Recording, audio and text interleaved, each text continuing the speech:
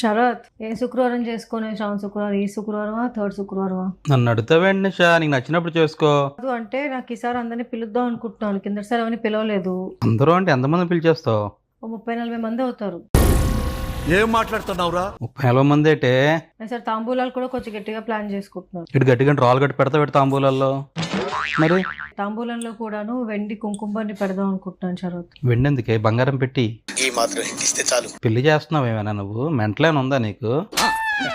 And blouse pieces బదులు చీరలు అనుకుంటున్నాను శరత్. నా రక్తం తాగేవే. చీరల్లో అలాగో బ్లౌజ్ పీస్ ఉంటుంది కదా. అలా ఆయనకి ప్యాంటు షర్టు, వాళ్ళ పిల్లలకి బట్టలు కూడా ఇచ్చివే. ఇంకా బంగారం కూడా కొనాలి. అన్ని చెప్పండి. బంగారం దేనికి?